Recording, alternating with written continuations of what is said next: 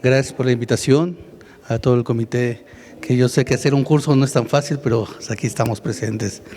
Bueno, nos dejaron un tema mucho importante, hemorragia masiva, cómo tratarla realmente, qué es el manejo, qué se vislumbra posteriormente en un futuro. Como vemos, prácticamente aquí me declaro sin conflicto de interés, en estos hospitales trabajamos, la RACE y la HRAE principalmente, y aquí vamos a ver una definición muy clara que viene del consenso de 2017. La definición parte que es una reposición de más de 10 concentrados eritrocitarios. No funciona mi señalador aquí, pero bueno. Una pérdida superior de 150 mililitros por minuto en más de 10 minutos, una hemorragia mayor precisa o transfusión de 4 concentrados, pérdida de 1 a 1.5% de volemias y una hemorragia mayor que amenace la vida. ¿Esto dónde lo vemos principalmente? Ese tipo de pacientes los vamos a ir viendo en aquellos politraumatizados principalmente, ginecológicos o lesiones vasculares que que llevan a una lesión muy severa o incluso una cirugía programada, ahí le dan una discreta disección ahí, incluso a la aorta que hemos visto, a las carótidas, a todo tipo de complejo vascular que esto lleva consigo. Creo que eso ya se quedó sin pila, o el siguiente.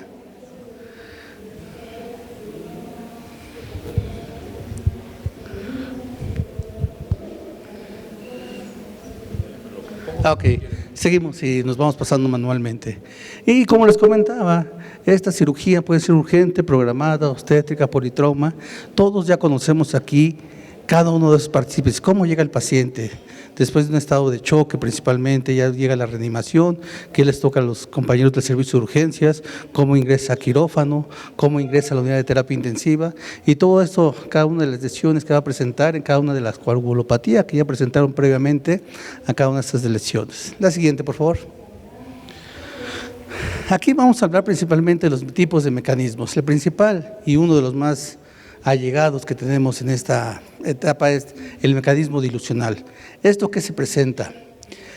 Esto lo vamos a ver dentro del contexto hemorrágico principalmente, en donde un paciente que llega a choque, empezamos ahí, el volumen, las cargas, más volumen, solución salina, solución Harman, y esto conlleva a una degradación de todos los factores de coagulación. Si ya los estamos perdiendo por sí solo por la lesión vascular que tenemos principalmente, todavía esto les pongo un ejemplo a los chicos, a los compañeros, es como si hiciéramos el agua de limón. ¿Cómo le quitamos el limón concentrado? Pues añadiendo el agua y esos factores se va a ir disminuyendo uno a uno.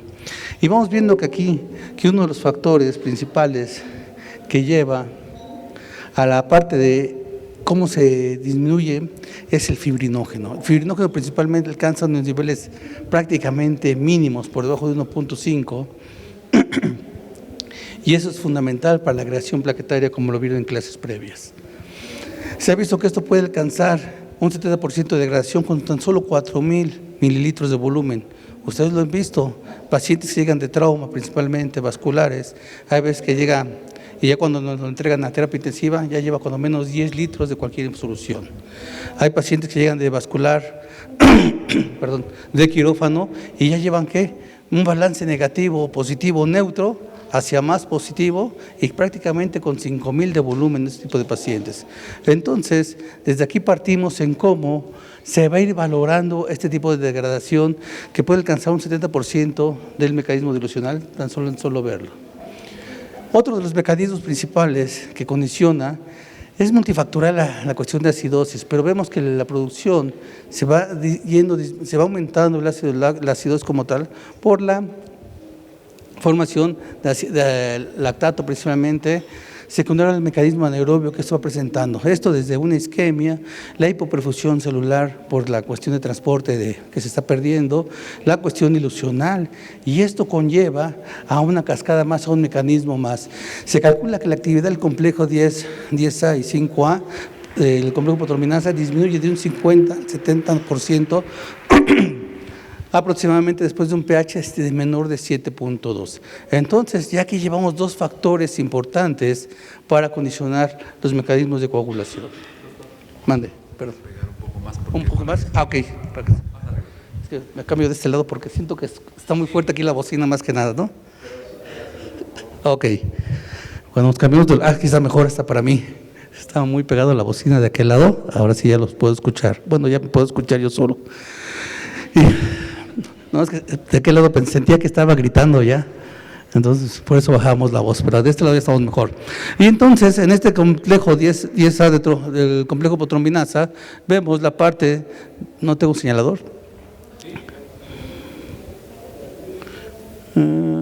No. Este me dijo, ¿no? Lo tiene que dejar apachurrado y ya cuando le aparezca, nomás es que lo está. Creo que se funde en la pantalla, ¿no? No era yo. Ya me estaba preocupando, dije, ya descompusimos otro más. Y entonces, en ese contexto de la actividad del complejo 10 y 5 de la protrombinasa disminuye, vamos viendo que tenemos alteraciones ya pues con el componente de fibrinógeno. No hay quien se ponga en la parte de la adhesión, principalmente plaquetaria, por lo tanto, nos tapa ese poro. La siguiente, por favor. La siguiente. Una más. Ok. Otro de los mecanismos que tenemos es el estado de hipotermia. Como ustedes pueden ver, una temperatura inferior menor a 35 grados provoca disminución de la actividad enzimática de proteínas plasmáticas. ¿Y esto qué conlleva? Ok. No, pues no, creo que hoy no quiere conmigo. Nada más déjamelo, para pasarlo yo lo paso. Ok. Y puede verse el choque hipovolémico, fluidoterapias, las sábanas, que no tenemos sábanas térmicas. Muchas veces, ¿esto qué nos lleva? Llega el paciente, ya lo reanimamos, nuestros 10 litros de solución previamente antes de quirófano, llegamos a quirófano, todavía el balance positivo por parte de anestesia, y esto condiciona. No tenemos unas sábanas térmicas. En muchos hospitales que tenemos de segundo nivel principalmente, no hay ni una sábana térmica. Y el paciente muchas veces, si lo hemos visto cuando llegamos a recibir terapia intensiva, 34 grados, hasta decimos, ya viene con hipotermia terapéutica el paciente. Pero no es así. El paciente viene por las condiciones que esto lo llevó de esa forma. Entonces ya tenemos 3 factores y mecanismos de coagulación alterados con el contexto de la hipotermia, la acidosis y la dilución. Por consumo, por lo tanto, el consumo normal puede consistir con una CID por hemodilución principalmente o por la coagulopatía del paciente crítico. Empezamos a gastar factores de coagulación. Los pocos que teníamos sangraron, bueno, se están vaciando. La cuestión de la dilución, la cuestión de la acidosis, el complejo de fibrinógeno principalmente, todo alterado. Y todavía llegamos aquí a la parte de una coagulación y aquí nos habla del contexto del diamante o la triada que antes le conocíamos, hipocalcemia, acidosis, hipotermia, coagulopatía, y esto conlleva al estado de deterioro de coagulación alterado. Entonces ya no tengo adhesión como tal, ya no tengo alteración en mi cuestión de nuestro factor de tisular principalmente, alterado dentro con el factor de von Willebrand, y esto comprende que no tengo adhesión por los podocitos que se nos forman a nivel del tejido lesionado o vascular. Y aquí vamos viendo que esto va a condicionar, al final pues tenemos un mecanismo que es la hiperfibrinolisis, que tiene que ver el lado de la fibrina principalmente, y esto también tenemos alteraciones de hiperfibrinolisis, y esto puede verse aumentado por forma patológica en casos de CID. ¿Y esto dónde lo vemos? Pues ya cuando el paciente prácticamente llega a la unidad de cuidados intensivos.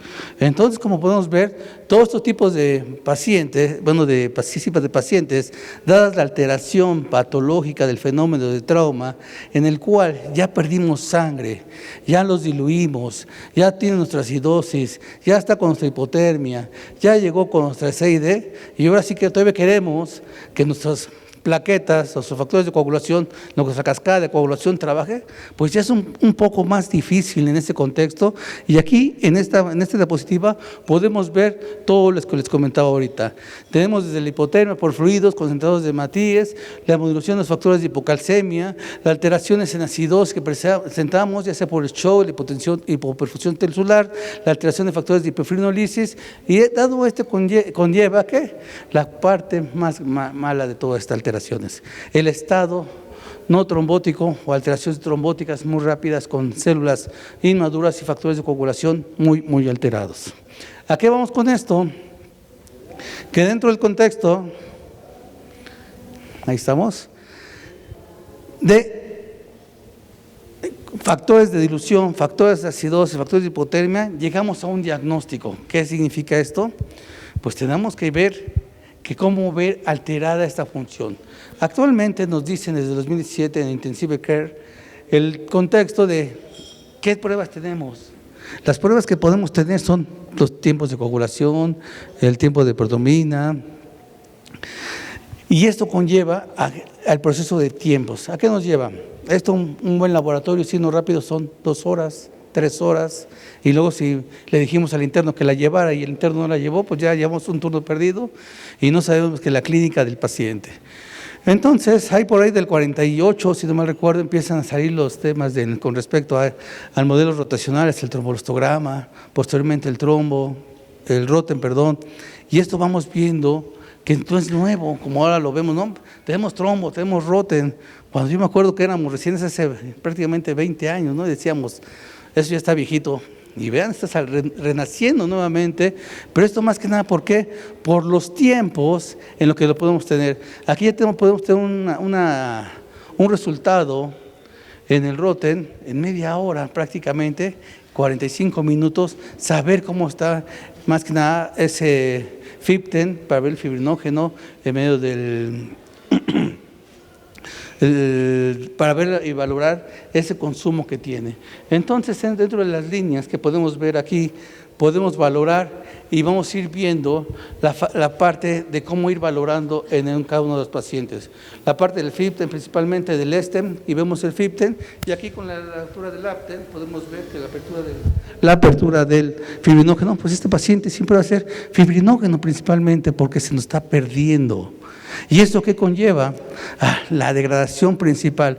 Y aquí nos dice claramente que en el contexto de un fibrinógeno superior a 2 gramos, lo podemos hacer con unas concentraciones de fibrinógeno recombinado y lo podemos llevar a cabo para obtener cada una de nuestras muestras.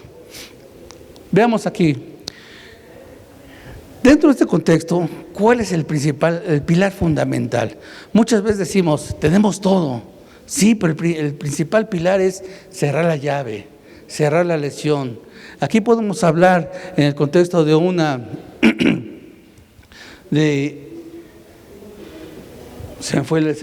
una cirugía en el cual nada más metemos y cerramos, vemos compresas, no podemos, y posteriormente pasamos a una segunda intención. Simplemente es una cirugía de control de daños y posteriormente vemos qué tiene el paciente. Hay pacientes en los cuales queremos ver, está sangrando ya en capa, el paciente tiene coagulopatía dilucional, acidótica, hipotérmica, calcio, y todavía decimos, lo queremos cerrar, y ya el paciente prácticamente está sangrado en capa, lleva 2 horas con sangrado en capa, y todavía decimos, vamos bien, pero no tenemos un roten, un trombolostograma, no tenemos pruebas, laboratorio, y esto conlleva a que el paciente se deteriore cada vez más. ¿Cuántas veces no hemos visto? Ahí les tengo una gasometría por ahí adelante, en donde el contexto, pH es debajo de 7 posterior a un evento quirúrgico. ¿Y qué hacemos? Pues ni modo, bicarbonatos. Tengo un bicarbonato de apenas hace 20 días, menor de 1, con un exceso de base menor de 30. ¿Qué le hago a ese paciente? Hay pacientes que hemos visto por trauma, por lesiones, cirugías grandes, que llegan y vemos ya desde quirófano líquido sobrecargado, aminas, y no me dejan nada mentir, aquí hay unos compañeros que vimos una dilución de 4:1 de norepinefrina pasando a 60. Ya no sabía cuál era la base y cuál era la norepi. Pero vean qué tan importante es poder valorar este tipo de pacientes. Entonces, la cirugía de control de daños es lo principal y posteriormente es el cierre de la llave, les digo yo, del proceso quirúrgico y posteriormente revaloraremos esta parte. Obviamente, ya después, dentro de la llegada del paciente, ¿qué tenemos aquí? Una monitorización básica. Vamos a ver cómo está ese paciente. Muchas veces nos ha pasado y lo hemos visto que ya está canalizado el paciente, que es lo que nos interesa, la cuestión de una vía permeable, 2 vías permeables, como dice la CLS, pero muchas veces monitorizamos al paciente y ya estamos pasándole sangre. O sea, tal vez la clínica, la experiencia nos dice, se está vaciando, pero siquiera vamos a ver esa compensación que tiene. Hay heridas, y nos ha pasado de piel en pierna, que son heridas superficiales, se ven muy aparatosas, pero no descompensa la hemodinamia del paciente. Entonces hay que ver en qué momento. Y al contrario, hay pacientes que llegan a una lesión traumática, politrauma, ¿y qué pasa con este paciente? Resulta que esa lesión fue hace 2 horas, ya perdió tiempo en la llegada de la ambulancia, en el traslado de la ambulancia, y ese paciente viene sin sangrar y todavía decimos, pues está bien. Pues no, porque ya no tiene que sangrar, dijeran por ahí, ¿no? Ya no hay sangre, ya ese paciente ya está chocado realmente como tal. Entonces, requerimos la monitorización y obviamente si tenemos una monitorización intensiva, mucho mejor.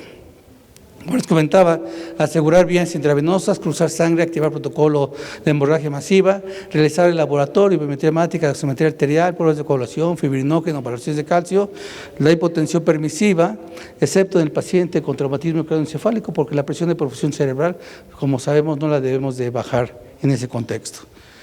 Y vamos viendo ¿qué es lo más importante de este contexto? Evitar la acidosis manteniendo un pH por arriba de 7.2.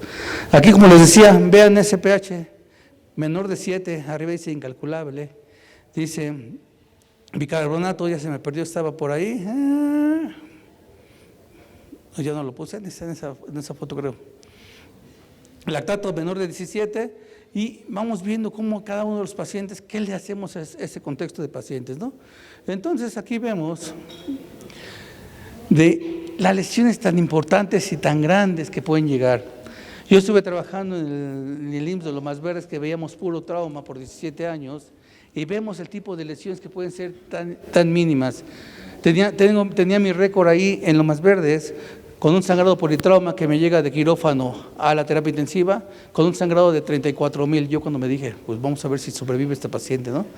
Y 34 litros de sangrado, prácticamente 7 recambios de volemia totales en el paciente. Y el paciente salió, son pacientes jóvenes. Es la ventaja de un paciente en politrauma, que la transfusión las aguantan como debe de ser. Sanos los pacientes como tal y aguantadores. Y aquí por eso esto voy. En la hemorragia masiva se recomienda considerar la transfusión precoz de concentrados hemáticos como guía de la misma. Se recomienda la evolución tanto de parámetros clínicos, como habíamos dicho, la hemoglobina, el lactato, el exceso de bases para la reanimación, así como también pruebas en base al Roten, en base al trombostograma. Y algo muy importante, aquí hay que evitar la parte de transfusión en base a determinaciones aisladas, siempre individualizando la situación clínica del paciente con una recomendación 1B. ¿A qué voy con esto? De hecho, viene una diapositiva más adelante. A nosotros nos enseñaron en transfusión masivas que es un concentrado, un plasma y un crío, prácticamente uno de plaquetas, ¿no? Uno. Hay veces que el paciente lo va a requerir, sí lo va a requerir. Hay veces que el paciente no lo va a requerir, dependiendo de la cuestión clínica y qué es lo que queramos. Por eso podemos adelantarnos un poquito con un FIPTEN ahí prácticamente en el Roten, un trombo como tal que podemos valorar si ese paciente va a requerir críos, si va a requerir plasma, si va a requerir fibrinógeno como tal. Y cada uno de estos pacientes conlleva a una, ¿cómo les diría yo? A una recuperación en cada uno de ellos. ¿A qué voy? Antes, y me refiero no tan atrás, 15 años, 20 años atrás, teníamos sangre, teníamos plasmas, críos, plaquetas, y ahí salía el paciente. Pero también las cuestiones hematológicas, hablando de trale, hablando de taco principalmente, sobrecargas, lesiones ahí a nivel de alelos HLA, y esto conlleva alteraciones más que nada pulmonares, sobrecarga cardíaca. ¿Y esto qué conlleva? Pues lesiones que si no tenía el paciente, pues va a durar y perdurar dentro del ventilador prácticamente de 4 a 5 días. Y esto que conlleva también, si lo trasladamos, son gastos de operación, gastos de terapia intensiva, y esto incrementa el costo de cada uno de ellos. Veamos aquí. En la siguiente, por favor, ya se me trabó otra vez. Y aquí, como le comentábamos, es la relación de los pacientes, cómo los vamos a manejar. Se refiere al manejo de hemorragia masiva con plasma fresco, plaqueta, la relación de controles eritrocitarios 1-1-1. Se sugiere que tengamos sus plaquetas arriba de 50,000, si sigue sangrando arriba de 75,000, si sigue sangrando arriba de 100,000, y así esto tenemos que ir mejorando a ver la calidad de cada una de las plaquetas. Y si es un paciente con traumatismo craneoencefálico, en el cual vemos, es un paciente que debe tener arriba de 100,000 las plaquetas. Aquí las medidas farmacológicas. Ahora ya nos vamos a otro contexto. Ya tuvimos al paciente lesionado, politrauma, ginecológico. en el cual está sangrando y le dimos sangre, plasma, plaquetas como debe ser, relación 1-1-1, si así lo queremos ver, o 1-1-1-2, dependiendo cómo vaya evolucionando según el trombo, según las pruebas de laboratorio, según el Roten. Pero también tenemos otro punto de vista que es ¿cuál? ¿Está tomando anticoagulantes? ¿Está tomando sedocumarol? ¿Está tomando warfarina? ¿Qué es lo que le vamos a dar a este tipo de pacientes si vemos esto? Pues si tenemos esta paciente que toma sedocumarol o warfarina, pues no nos queda otro que un complejo, concentrado de complejo de protomina para darle inicio a cualquier evento quirúrgico, sin contar las hemofilias como tal, ¿no? Ahora viene bien, heparina no fraccionada, pues aquí no es tanto problema, tenemos aquí las dosis usadas, varían el tiempo transcurrido, se dice que desde cada 30 minutos que podemos ir utilizando y es de 1 miligramo IV por cada 100 unidades de heparina, 0.5 y 0.25 hasta 50 miligramos de protamina. Y esa es la correlación de que si el paciente está heparinizado. La otra, heparina de bajo peso muscular, pues se considera que el uso de protamina, pero la reversión, como sabemos, es incompleta, no es otra cosa. Si tenemos dabigatran, que es inhibidor del complejo 2 principalmente, se usará hidarutuzumab. Y esto lo podemos utilizar, no nos cuesta 45,000 pesos, pero podemos salvar la vida del paciente. En ese momento, pues hay que ponérselo, ¿no? Inhibidores de factores de rivaroxaban, apixaban, endoxaban. Alandaxanat es muy bueno, pero nos vale 300,000 pesos cada ámpula. Entonces, ustedes varían de cómo está el paciente, nos esperamos, pero si está sangrando, lo va a requerir. Y si no tenemos el contexto del Landexa, el inhibidor de factor 10A, se fue la nacional alfa, pues nos vamos a concentrados de complejo protomínico como tal. El fibrinógeno es un factor cuya concentración disminuye más precozmente, se recomienda mantener niveles de 1.5 o 12 arriba. Pero me hago una extensión un poquito con unas 2 diapositivas más. ¿Por qué es importante? ¿Se acuerdan la primera diapositiva? Sangrando, pérdida de fibrinógeno, hasta querer tapar ya esa lesión endotelial. Tengo alteraciones de dilución, tengo alteraciones de acidosis, tengo alteraciones de hipotermia, tengo mi CID que esto va progresando. ¿Qué conlleva? Pues aunque no lo crean, el fibrinógeno ya es una de las cuestiones en donde el iniciar prácticamente, sabemos que el paciente está sangrando, estamos teniendo una lesión, un sangrado por arriba ya de 1500, prácticamente es indicado uso de fibrinógeno. Y aquí lo podemos administrar de 25 a 50 miligramos por kilo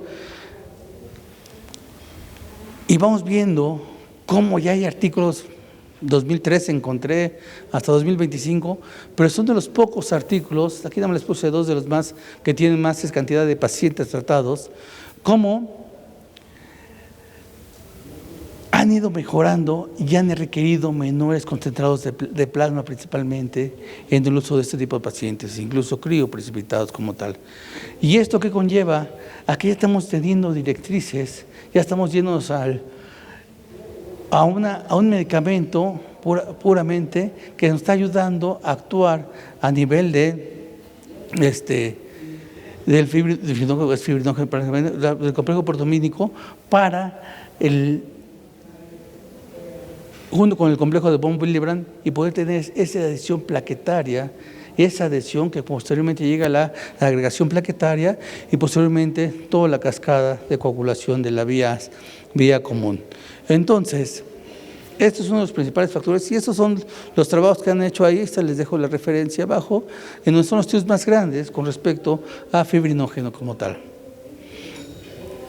Ácido tranexámico, hace rato en la última práctica les hablaban de la hiperfibrinolisis que tenemos ahí en los pacientes, sobre todo en 2 escenarios, el politrauma y el obstétrico. En el primer caso se recomienda la administración de ácido tranexámico inicial, 1 gramo cada 10 minutos y posteriormente a las 8 horas, pero podemos repetirlo. Aquí es algo de tener, como tenemos nuestra fase protomínica, también tenemos nuestra fase de inhibidores de plasmina como tal. Calcio, el factor de coagulación número 4, ¿qué conlleva? Dilución. Se nos pierde, déjenle gluconato de calcio, déjenle ahí se fue el otro nombre, cloruro de calcio con los pacientes con función hepática alterada, les va bien, de verdad que les va mucho mejor. Entonces ya como vamos viendo, aquí ya la relación se nos empieza a ver un poquito más fácil en el contexto de reanimación. ¿A qué voy? En el resumen que podemos llegar ahorita es, tenemos la sangre, tenemos la plasma, tenemos críos, reversión de medicamentos antiagregantes, anticoagulantes que tenemos ahí, y posteriormente ya ahora sí, uso de fibrinógeno que nos puede ayudar bastante en el contexto del sangrado como tal. Uso de calcio, desmopresina en casos de enfermedad de von Willebrand, actúa a nivel de los receptores B2, mejorando la adhesión plaquetaria. ¿Y esto qué conlleva? A que los podocitos a nivel del endotelio vascular cimienten y empiecen a agarrar, les digo yo, los podocitos, pero son piecitos prácticamente de la plaqueta, y se empiezan a agarrar a la lesión endotelial. Y esto va a condicionar que tengamos más adhesión plaquetaria y sobre todo agregación plaquetaria. Y el último, factor 7, pues no se recomienda el uso rutinario, pero cuando ya no tenemos de otra, su uso va a ser el mejor. Y así lo recomiendan las guías como tal. Entonces, regresando a lo mismo, ¿qué es lo principal? Los concentrados hemáticos como tal. Tener cruzados, tener el isotipo, si no tenemos ahí que haya cruzado por isotipo, cuando menos, poderlo transfundir a un negativo, que sería nuestra sangre universal, y de ahí inicio de la transfusión. No perdamos el sangrado. Antes, ¿qué decíamos? No, tenemos la hipotensión programada o permisible. Tenemos la cuestión dilucional. Ojo, y me ha tocado verlo, que no, ya le dimos hipotensión, ya le dimos el contexto de hipotermia. ¿Y qué pasa con estos pacientes? Estos pacientes llegan, se chocaron todavía más, y todavía en el contexto de que decimos, tenía hipotensión controlada, el hematocrito está controlado, lo estamos diluyendo nosotros, pero si ya está chocado, ¿qué pasa? Y no me dejan mentir, aquí tenemos compañeros anestesiólogos que decimos, sí, pero está sangrando, ese paciente lo vamos a ilusionar tanto que vamos a llegar al CID mucho más rápido como tal. Plasma feroz congelado, el inicio del plasma debe ser precoz, sin intervenir, sin agravar. Podemos esperar el TP, el TPT, pero muchas veces en cualquier hospital prácticamente son 3 horas que nos den un resultado. Trombo, roten, sería lo ideal. Aquí lo que les comentaba hace rato, no está demostrado las estrategias de transfusiones con protocolos fijos o considerados hemáticos, principalmente relación 1-1, pero abajo que dice, lo recomendamos. O sea, me dicen que no hay estudios, pero abajo me dicen, lo podemos recomendar. Entonces, algo contradictorio, pero pues sigámoslo pasando y así está nuestra guía en el contexto. Como les recomendaba, plaquetas por debajo de 50,000 sangrando, ¿y esto qué conlleva? Si sigue sangrando, 75,000 de plaquetas, plasma. Si sigue sangrando, arriba de 100,000. ¿Sale? ¿Qué nos vislumbra el futuro? Ahora sí les dije al doctor Arellano, ¿qué tema me pusieron? Fíjense que tenemos un tema ahí bien importante, que ya lo está usando ortopedia, materiales basados en nanotecnología para tratamientos hemostáticos, antiinfección, cirugía, ortopedia. ¿Aquí qué quiere decir? Es el equilibrio de la coagulación sanguínea en base a tejidos, en base a nanopartículas, y esto va a llevar a que tengamos el enlace. Ahora lo usan muchos que son los cotonetes, estos que ponen en cirugía de neuro, y esto conlleva a la disminución de sangrado y a la dispersión de geles que ayudan a la etapa del factor de coagulación 5 principalmente, y de ahí se va bajando la cascada de protromínica. Entonces, vamos viendo que la nanomedicina se ha inspirado en plaquetas, en la mostaza, trombosis y tromboinflamación, y esto conlleva fibrinógeno principalmente. Ahorita lo que están metiendo es, marcan la albúmina, le meten fibrina, que va a ser el rato la competencia de fibrinógeno como tal, y esa albúmina, cuando pasa dentro del contexto del vaso vascular, de la lesión vascular, empieza a adherir junto con el factor de von Willebrand y empieza la adhesión plaquetaria mucho más rápido. Cuando esté, vean el artículo, no está tan viejo, 2022 ya lo están promoviendo, y la cuestión aquí es la amplificación de la coagulación principalmente, la adhesión, la agregación plaquetaria y obviamente la ampliación de esto y el cierre hacia la fibrina. Entonces, hablar de fibrinógeno en este contexto con marcadores de albúmina y hablar de tejidos nanomoleculares en donde a final de cuentas son complejos factores de coagulación que van a estar interactuando con factores tromina principalmente, y esto va a conllevar a la creación de fibrinógeno, pues es algo que ya se esperara. Hay algo más aquí bien importante. Están hablando de los factores de plaquetarios, más bien plaquetas sintéticas, nanopartículas, que van a ser capaces de transportar oxígeno. O sea, ya empezar a hablar de esto de las tendencias de futuro suenan muy buenas, pero no estamos ya tan alejados. Ya los estudios en laboratorio se ven muy avanzados en este contexto. Y al rato vamos a llegar, pásame un concentrado de plaquetas transportadoras de oxígeno, pásame mi albúmina marcada con fibrinógeno, y pues ya dejó de sanar el paciente si no hay una lesión tan grande. ¿Y esto qué conlleva? Pues la mejoría de todo ese tipo de pacientes. Ojalá si fuera de fácil. Y vean aquí el esquema, lástima que no tengo aquí, vean cómo tenemos la adhesión plaquetaria, la agregación amplificada, la coagulación y la amplificación, y obviamente la secreción con el rumbo de fibrina, y esto asociado con el fibrinógeno, pues prácticamente tenemos parado este sangrado como tal. Eso sí, ya cerrando la llave. Eso quiere decir, ya entró la cirugía, ya mi lesión vascular la tengo cuando menos cerrada, a una cirugía de control de daños.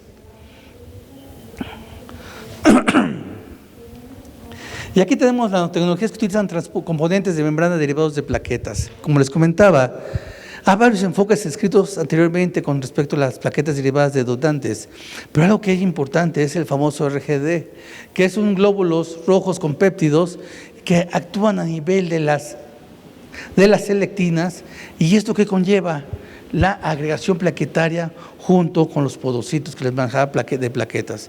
Y esto junto con el factor de von Willebrand conlleva la parte de una cierre como tal de esa lesión vascular. Y obviamente es que usted podría aumentar la agregación general de las plaquetas activadas por el fosfato de adenosina y por eso se han visto muchos que los RGD van a ser muy buenos. Futuro también, ¿no? Pero ahí está. Ya nos están corrigiendo por acá. Activadores de inhibidores de proteína quinasa, que son las pecas epsilon, tras una hemorragia severa como tal, son moléculas que alteran la actividad de quinasas, controlan los procesos celulares, y los procesos celulares hablan de un beneficio cardíaco, ¿pero por qué? Por la adhesión del factor 8 principalmente, junto con la adhesión del factor 4, que es el calcio, y la estimulación del complejo de potromina. Entonces, esto va de mucha maravilla. Esta ya les comenté, les adelanté hace ratito, las nanosferas de alúminas recubiertas de fibrinógeno previenen el sangrado relacionado con trombocitopenia. Esto va a ser el boom, realmente si se hace, espero verlo. Esto en pacientes con trauma va a ser genial. Y aquí, pues gracias, es un tema muy largo, de hecho con el puro fibrinógeno nos podemos llevar toda una sesión de un día, pero ya con esto.